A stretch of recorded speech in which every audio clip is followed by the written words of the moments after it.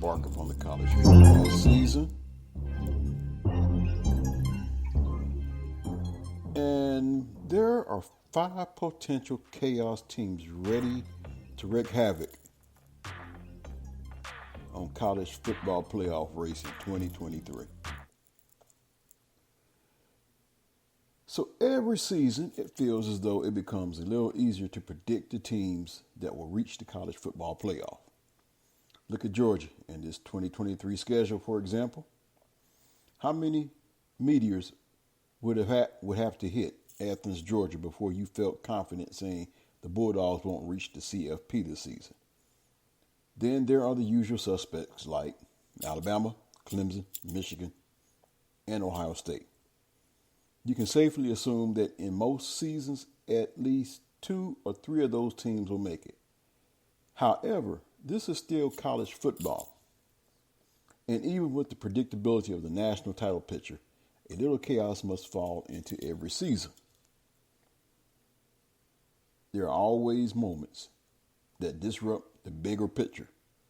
But what teams will do so? Well, let's take a look.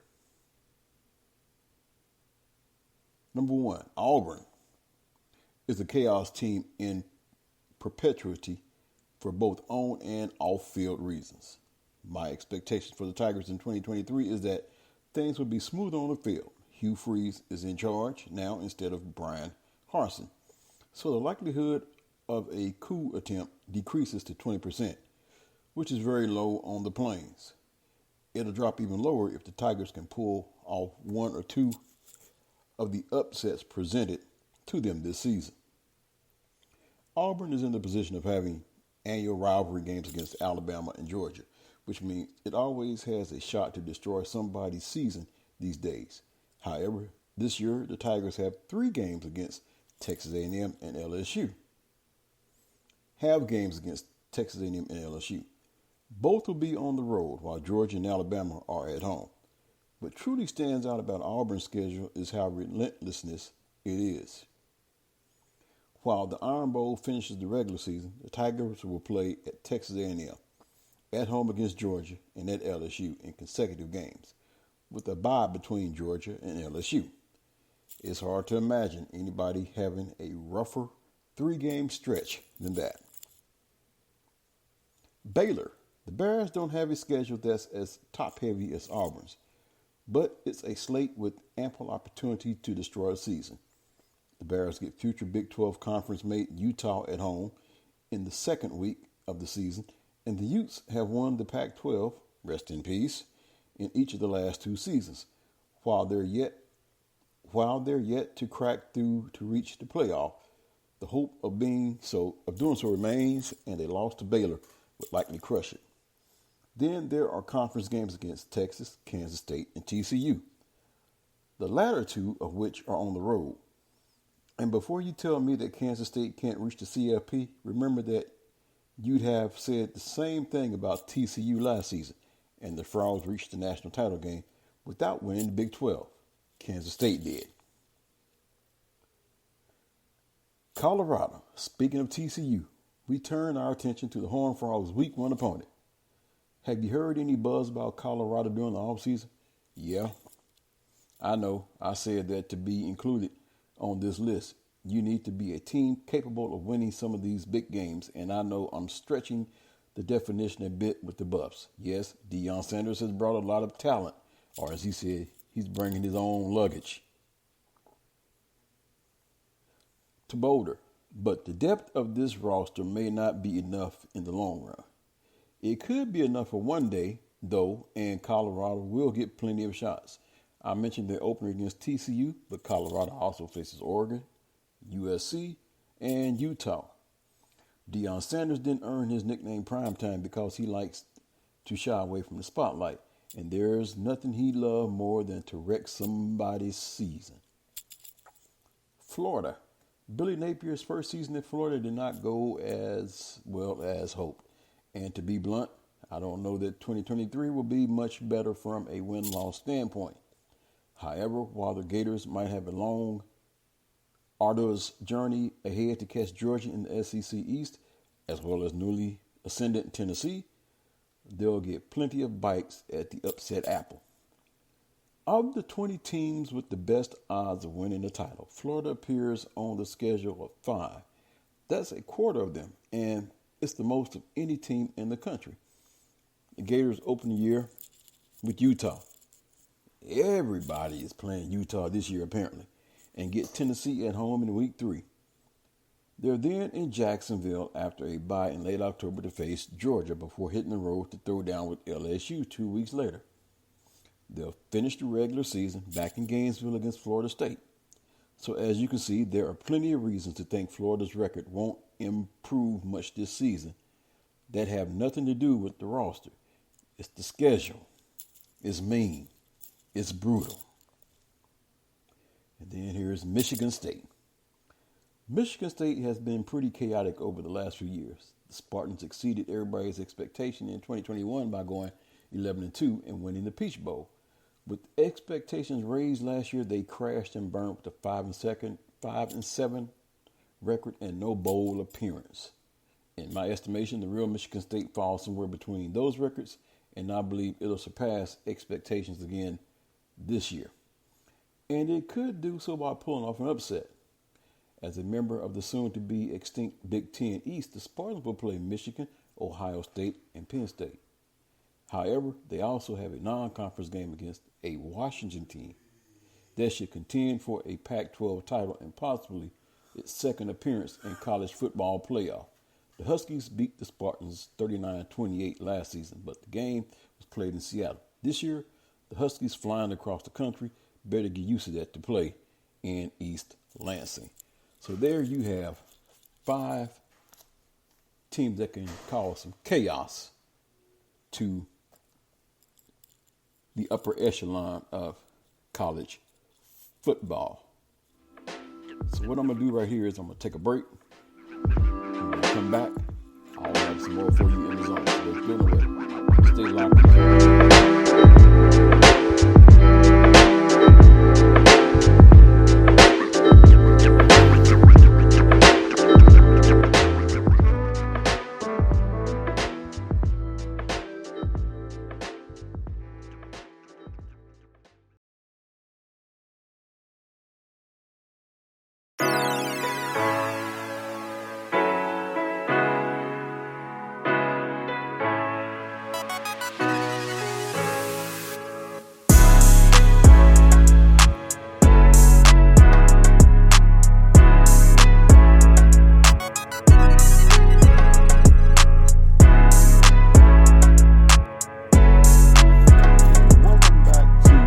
Zone.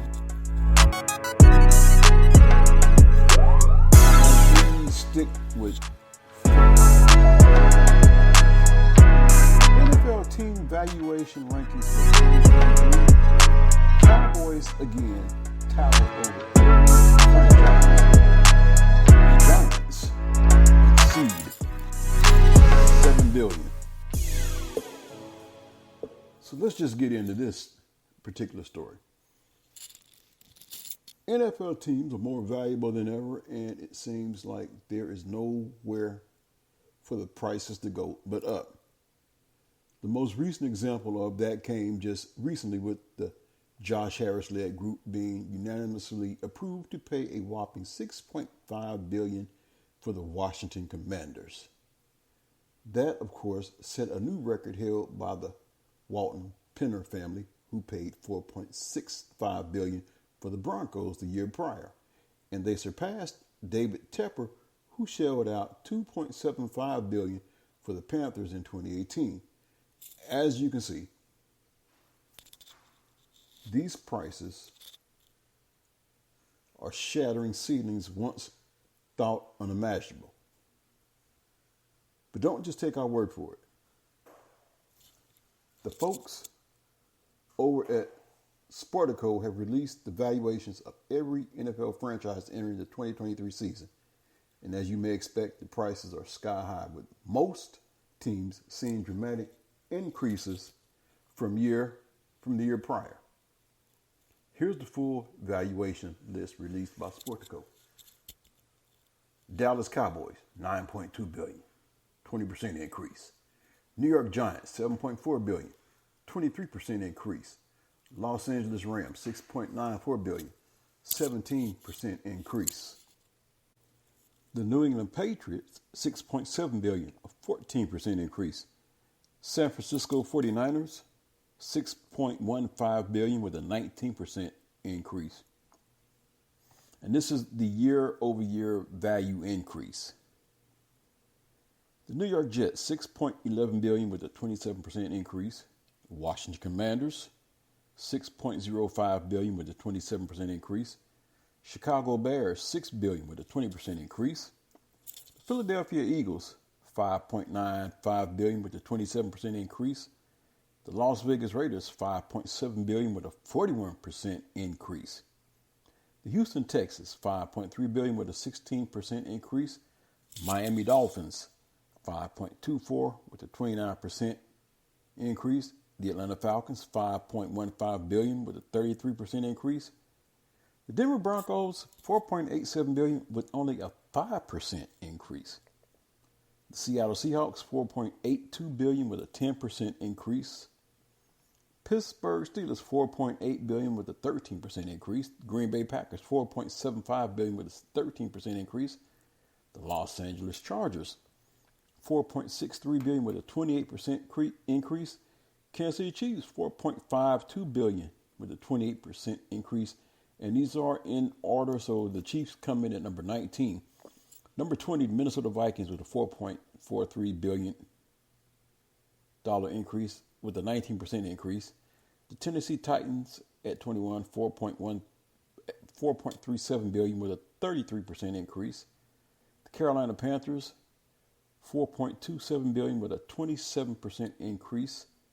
The Baltimore Ravens, $4.24 billion with a 23% increase. The Indianapolis Colts at 24, $4.21 billion with a 30% increase. The Cleveland Browns at 25 with a $4.2 billion, 32% increase.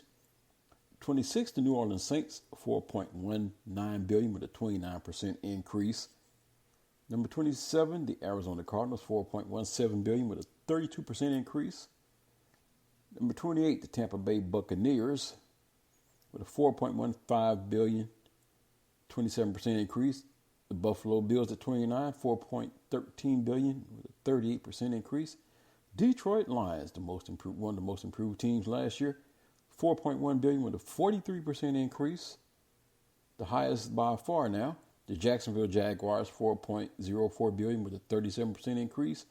And at number 32, the Cincinnati Bengals at $4 billion with a 41% increase. So there you have a look at the valuation of all 32 teams in the NFL. Hope you are enjoying being in the zone. Tell you what I am going to do right here. I am going to take another break as we attempt to get our news feed back up. But don't you go nowhere. We are working on that right now. So stay in the zone with yours truly, Anthony. Yeah, moving too bossy, we don't tread softly, but not flossy, the streets done taught me, moving too bossy, we don't tread softly, but not flossy, the streets done taught me, I'm just trying to get my nigga paid. We came from Section 8, and I knew I was at since the second grade. Man, I swear my time is coming, cause I'm never late. Came from broken homes and broken dreams to getting paid. Dollar bill, listen close, this is not a drill. Cause hungry trying to get a meal. I've been in light, who gon' pay a bill?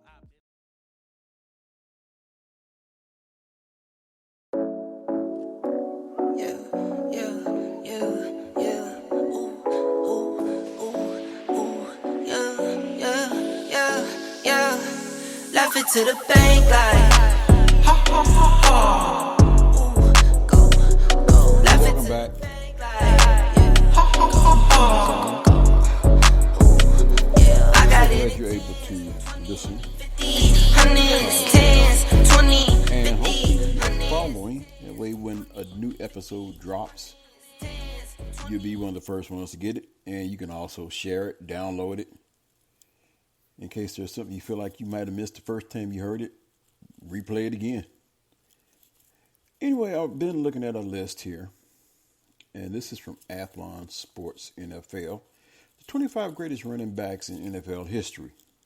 And, everybody's list is not going to agree. As a matter of fact, there will be some on here that I might not agree with, but at least they were honest enough to list some of the ones that didn't make the cut, to which I would say some are a head scratcher, one in particular. But with that being said, the running back position has played a vital role as a staple in the NFL since its inception, even in the modern era of football where quarterbacks and high-octane passing games are all the rage. A great rushing attack can make all the difference between winning and losing. Big pass plays are fun to watch, but there is still nothing more exciting than watching a truly great running back carve up a defense. Over the years, there have been numerous outstanding running backs.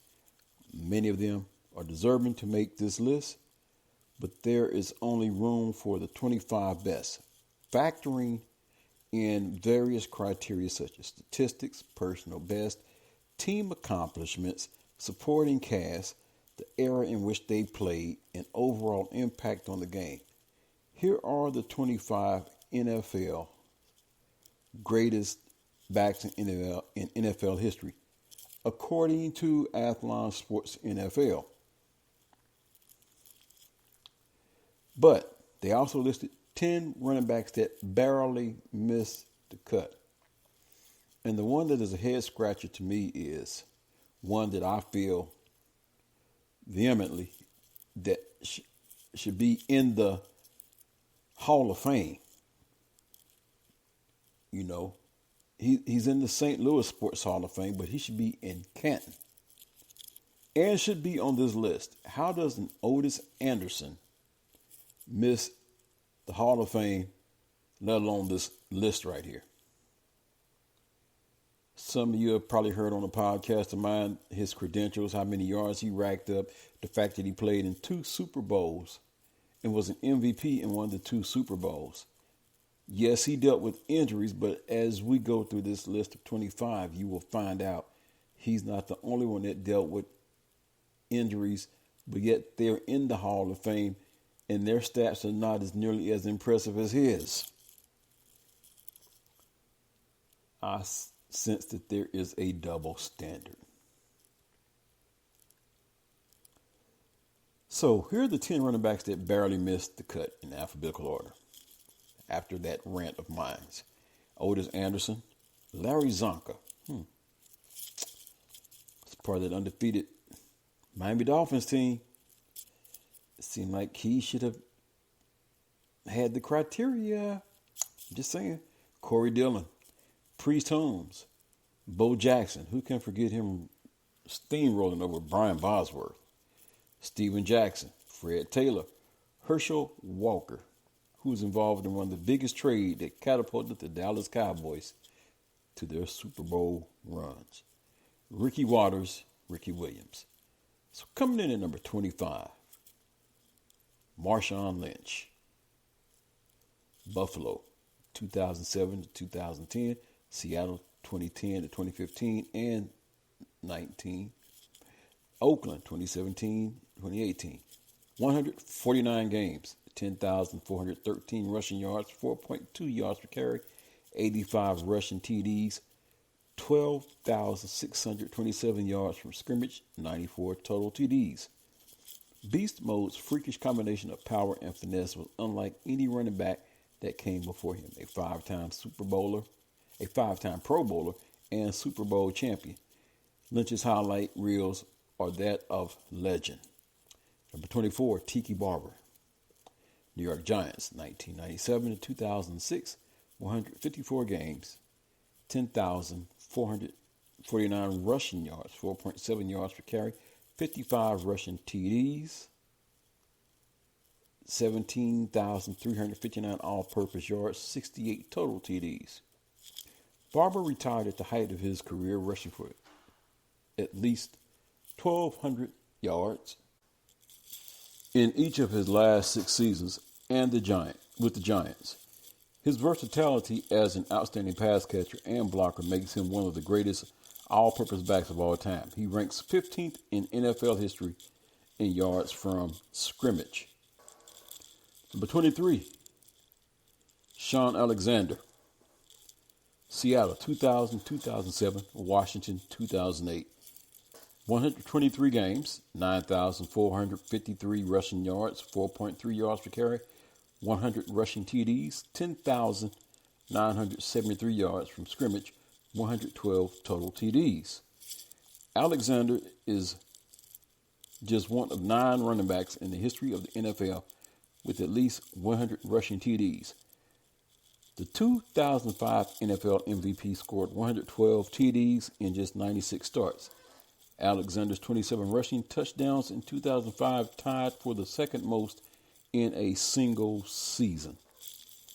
Number 22, Jim Taylor. Green Bay, 1958 through 1966. New Orleans, 1967. 129 games, 8,597 rushing yards. 4.4 yards per carry, 83 rushing TDs, 10,539 all-purpose yards, 93 total TDs. Pro Football Hall of Fame class of 1976. This bruising Hall of Fame back helped the Packers win 4 NFL championships and a victory in Super Bowl I. He took home NFL MVP honors in 1962 and is widely considered the greatest running back in Packer history. Number 21, Terrell Davis, the man who rescued John Elway, in my estimation. 1995 to 2001, 78 games, 7,607 yards, 7,607 rushing yards, 4.6 yards per carry, 8,887 yards from scrimmage, 65 total TDs. Pro Football Hall of Fame class of 2017. Davis would likely be much higher up this list if not for concluding his career early due to injury. Prove my point in what I said when talking about Otis Anderson. He accomplished so much in a very short period of time. He is one of just 8 players to rush for at least 2,000 yards in a season. Davis also won 2 Super Bowls with the Broncos, a Super Bowl MVP award, and was the league MVP in 1998. Number 20, Edgerrin James. Indianapolis, 1999 through 2005, Arizona 2006 to 2008, and Seattle 2009. 148 games, 12,246 rushing yards, 4 yards per carry, 80 rushing TDs, 15,610 yards from scrimmage, 91 total TDs. Pro Football Hall of Fame class of 2020. James is the Colts' all-time leading rusher. He also is a 2-time NFL rushing champion and ranks 13th in NFL history in yards gained on the ground. His dynamic running style and pass-catching abilities made him one of the most dangerous backs in league history. James was inducted into the Pro Football Hall of Fame as a member of the class of 2020. Coming in at number 19, Frank Gore. San Francisco, 2005 to 2014. Indianapolis, 2015 to 2017. Miami, 2018. Buffalo, 2019. New York Jets, 2020. 241 games, 16,000 rushing yards, 4.3 yards per carry, 81 rushing TDs, 19,985 all-purpose yards, 99 total TDs.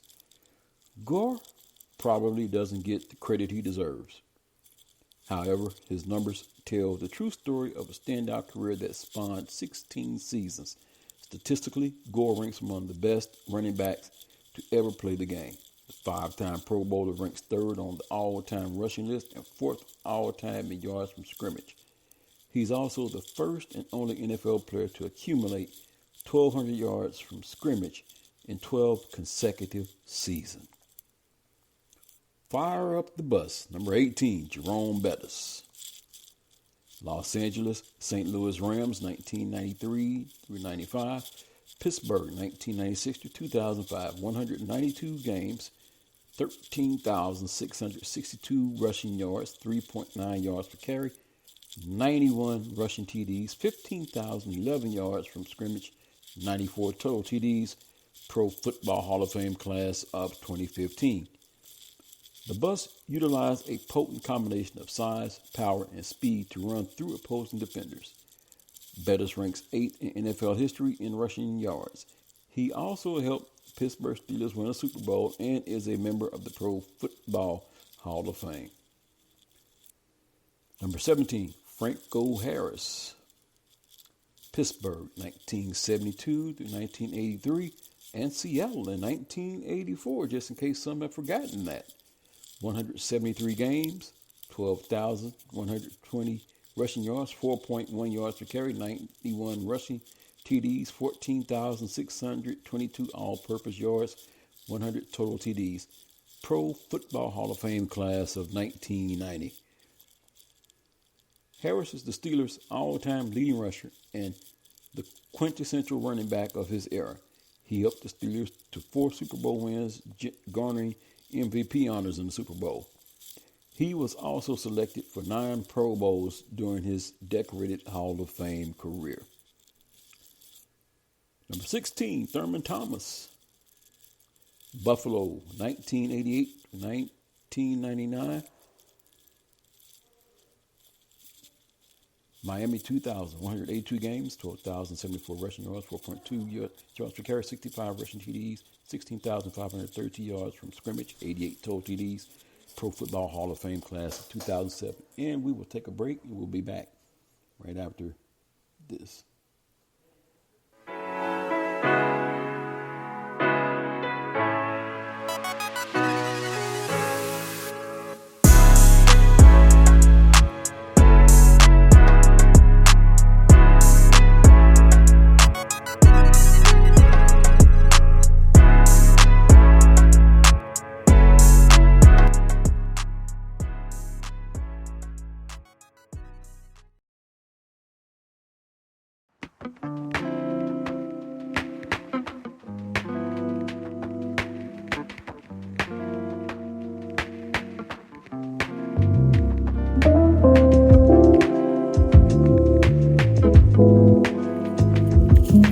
Back to In the Zone with Anthony, and my apologies for that sudden break that I had to take. There was reasoning behind that. Sometimes things like outside interference gets in the way, so sometimes you have to step away. But I'm back, and I remember where I left off at. Number 16, Thurman Thomas. So I'm just going to start him all over. Thurman Thomas, number 16, Buffalo, 1988 through 1999, and Miami in 2000. 182 games, 12,074 rushing yards, 4.2 yards per carry, 65 rushing TDs.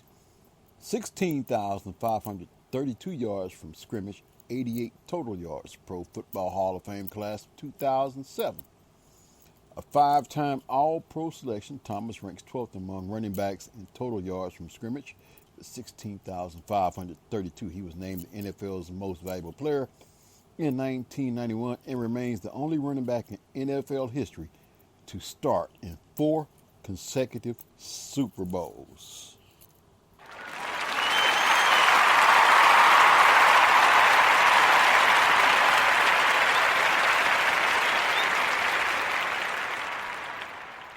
Coming in at number 15, a Kansas native, although played against the rival team that I grew not to like.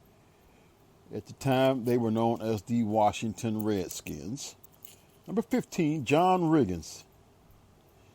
Played for the New York Jets from 1971 to 1975 and played with Washington from 1976 to 1979. Took a break and came back and played from 1981 to 1985. 175 games, 11,352 rushing yards, 3.9 yards per carry, 104 rushing TDs, 13,442 yards from scrimmage, 116 total TDs. Pro Football Hall of Fame class of 1992. The Hall of Fame running back, often referred to as Diesel, was known for his punishing running style and freakish toughness. He is one of just 8 players in NFL history to rush for at least 10,000 yards and score at least 100 rushing touchdowns. Riggins can also add Super Bowl champion, Super Bowl MVP, and NFL MVP to his resume. Number 14, one of my all-time favorites, Tony Dorsett. Dallas, 1977 through 1987, and in Denver, 1988. 173 games, 12,739 rushing yards, 4.3 yards per carry, 77 rushing TDs, 16,326 all-purpose yards, 91 total TDs. Pro Football Hall of Fame class of 1994. Dorsett was a home run threat every time he touched the football. He is tied for the NFL record for the longest run from scrimmage, 99 yards, which can never be broken for obvious reasons. Dorsett also is the number 10 rusher in NFL history, a Super Bowl champion, and a Hall of Famer. Number 13, the Kansas Comet, Gale Sayers. Chicago, 1965 through 1971, 68 games, 4,956 yards, 5 yards per carry, 39 rushing TDs, 9,435 all-purpose yards, 56 TDs. Pro Football Hall of Fame class of 1977, NFL 100 all-time team 2019. The Kansas Comet was virtually unstoppable before his career was sadly cut short due to injury. The Hall of Fame back once scored 6 touchdowns in a single game, an NFL record. Sayers scored 22 touchdowns in his rookie season, the most of any rookie in NFL history. He also holds the record for the highest career kickoff return average, 30.56. Sayers is often referred to as the greatest of all time by those who played with and against him. Number 12, always running through Hertz rental car, slashing prices. O.J. Simpson, Orenthal James Simpson. Buffalo, 1969 through 1977. San Francisco, 1978 through 1979.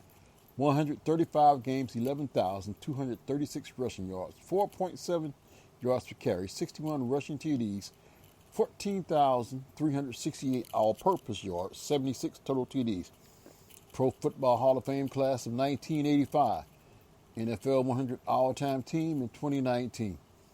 The now infamous Simpson, or the Juice, as he was known in his playing days, was one of the most gifted and dynamic running backs in NFL history. His Hall of Fame career included 4 NFL rushing titles, NFL MVP honors in 1973, and 6 Pro Bowl selections. He also was the first to rush for 2,000 yards in the season, needing only 14 games to do so. Number 11, Curtis Martin. New England, 1995 through 1997. New York Jets, 1998 through 2006. 168 games, 14,101 rushing yards, 4 yards per carry, 90 rushing TDs, 17,430 yards from scrimmage, 100 total TDs. Pro Football Hall of Fame class of 2012. Martin is the New York Jets' all-time leading rusher and is 6th in NFL history. The Hall of Fame back also is 10th in yards from scrimmage. He is the oldest player in NFL history to win a rushing title with 1,694 yards in 2004 at age 31. Number 10, Marcus Allen. Los Angeles Raiders, 1982 through 1992. Kansas City, 1993 to 1997. 222 games, 12,243 rushing yards, 4.1 yards per carry, 123 rushing touchdowns, 17,654 yards from scrimmage, 145 total TDs. Pro Football Hall of Fame class of 2003. Allen became the first player in NFL history to accumulate more than 10,000 rushing yards and 5,000 receiving yards. He took home the Super Bowl MVP honors for his role in the Raiders' win, which included an electrifying 74-yard touchdown run. The Hall of Fame back was named the NFL's MVP in 1985 and ranks third in career rushing TDs with 123. Number 9, Earl Campbell. Houston Oilers 1978 through 1984 and New Orleans 1984-85. 115 games, 9,407 yards, 4 rushing yards, 4.3 yards per carry, 74 rushing TDs, 10,213 yards from scrimmage, 74 total TDs. Pro Football Hall of Fame class of 1991, NFL 100 all-time team 2019. There isn't another player in NFL history that ran the football with as much power and grace as the Tyler Rose. Campbell is still the only running back in NFL history to rush for more than 200 yards in 4 games in a single season. The Hall of Fame back was a 3-time NFL rushing champion and took home league MVP honors 3 years in a row from 1978 to 1980. Number 8, Eric Dickerson. Los Angeles Rams 1983 through 1987, Indianapolis 1987 through 1991, Los Angeles Raiders 1992, and Atlanta 1993. 146 games, 13,259 rushing yards, 4.4 yards per carry, 90 rushing TDs, 15,396 yards from scrimmage, 96 total TDs. Pro Football Hall of Fame class of, it doesn't say, NFL 100 all-time team 2019. At 6'3", Dickerson was not your prototypical running back, but he was one of the most successful backs to ever tote the pigskin. No one in NFL history has rushed for more yards in a single season than Dickerson, 2,105 in 1984. Dickerson ranks 9th on the all-time rushing list and won 4 rushing titles during his Hall of Fame career. Number 7, Adrian Peterson. Minnesota 2007 through 2016, New Orleans 2017, Arizona 2017, Washington 2018 through 2019, Detroit 2020, Tennessee 2021, Seattle 2021. Whew! He made a lot of stops. 184 games, 14,918 rushing yards, 4.6 yards per carry, 120 rushing TDs, 17,392 all-purpose yards, 126 total TDs. A phenomenal combination of size, speed, and athleticism. The Vikings' all-time leading rusher is the ideal running back. Peterson holds the NFL record for the most rushing yards in a single game, 296, and ranks top 5 in NFL history in both career rushing yards and rushing touchdowns. He has 3 NFL rushing titles to his credit, to go along with an NFL MVP award 2012. Additionally, he is a 7-time All-Pro selection, 6-time Pro Bowler, and holds multiple records. Peterson is already a surefire first ballot Hall of Famer. Number 6, Marshall Faulk. Indianapolis, 1994 through 1998. St. Louis Rams, 1999 through 2005.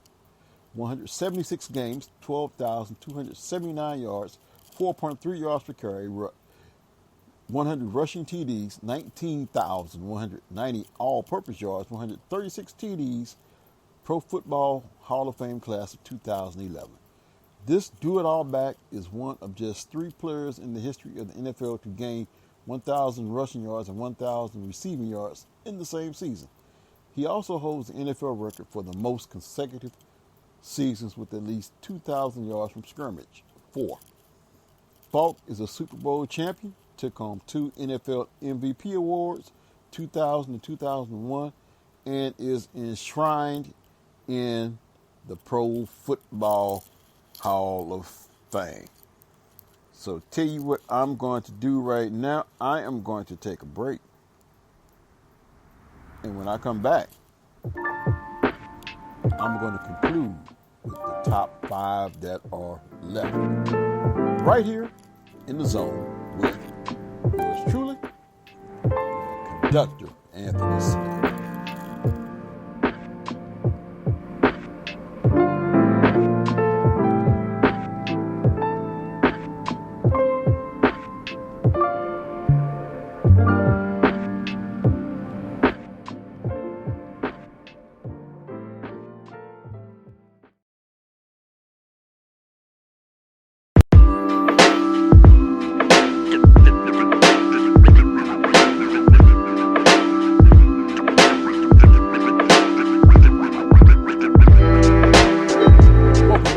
As we come back to put a wrap on the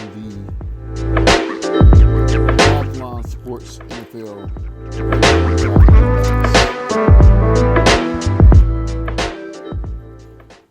So we come back in with number 5, LaDainian Tomlinson. San Diego, 2001 through 2009. New York Jets, 2010 through 2011. 170 games, 13,684 rushing yards, 4.3 yards per carry, 145 rushing TDs, 18,456 yards from scrimmage, 162 total TDs. Pro Football Hall of Fame class, 2017. Tomlinson was a threat to reach the end zone every time he touched the football. The 2006 NFL MVP is the 7th leading rusher in NFL history, and ranks 3rd in touchdowns, 162 behind only Jerry Rice and Emmitt Smith.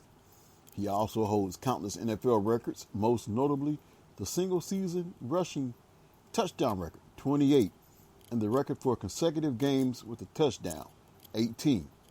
He would likely rank higher on this list if not for his team's lack of overall success. Number 4, Emmitt Smith.